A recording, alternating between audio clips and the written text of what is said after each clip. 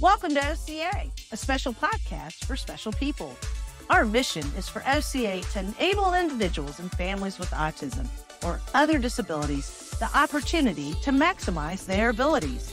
Over the past 15 years, we have grown from an idea to a full community of professionals serving the Central Florida community.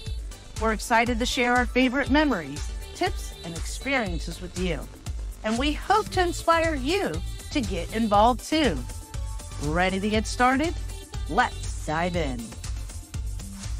Hello, OCA friends and family, and welcome back to the podcast. I'm Margaret, COO of OCA, and I'm so glad you're back for another episode. Today, we are going to talk about the importance of language development, and more precisely, verbal behavior training. Communication is key. If you're listening to this podcast right now, you are aware of the power of words. You have most likely mastered many of the concepts of verbal behavior and are using it to thrive within your day-to-day life. As technology blooms around us, we know that communication is so important as we have spent millions making people and things accessible at the touch of a button. This could be emails, texts, calls, a little FaceTime, or a little Google Meets. And let's not forget the emergence of Zoom calls that took over our pandemic lives. So today we are going to look at this from a scientific approach because verbal behavior is one of the things in our ABA toolkit. And if you haven't listened to our previous podcast, ABA is Applied Behavior Analysis, and it is our foundation here at OCA. Verbal behavior encompasses language and other communication strategies. All behavior that requires words, including speaking, listening, writing, and reading, is considered verbal behavior. This should not be confused with vocal behavior, as it does not require that the individual use their voice to communicate, but allows flexible options to facilitate language. This approach of teaching communication encourages people to connect their preferred communication method with a purpose.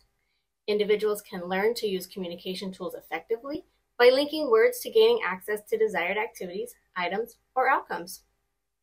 It is important for me to stress that language does not mean spoken words. Communication can be nonverbal, which I know we can all agree if you've ever gotten the look from your mom, and may include pointing, showing objects, or using pictures to express meaning.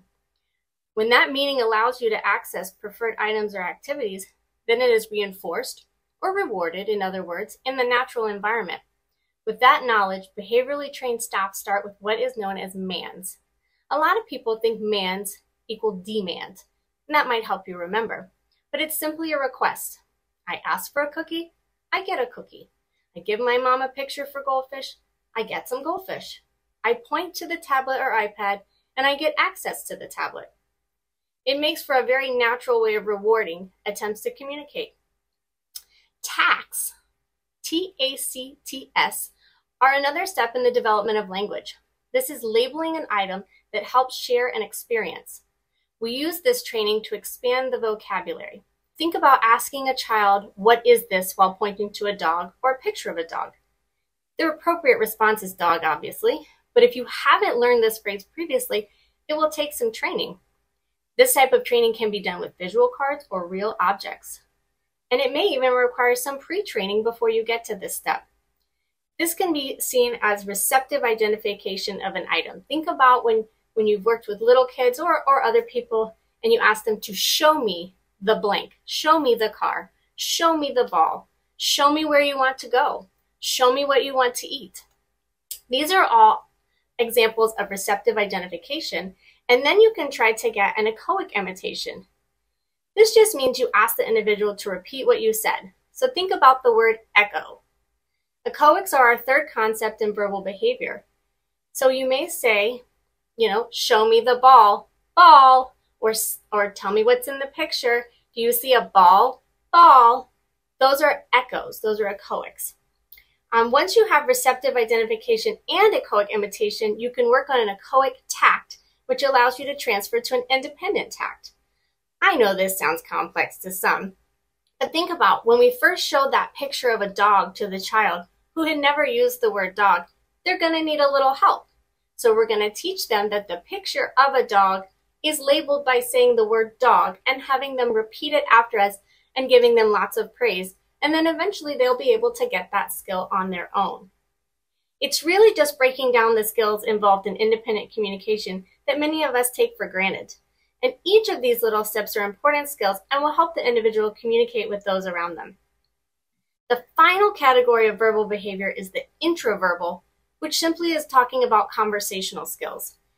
Teaching simple question and answer opportunities allows individuals to improve integration in the community, make connections with peers and adults in their lives, and make new friends in the future. Any of you that have ever been on a first date know the value of basic conversation, so I don't think this takes a good deal of explanation.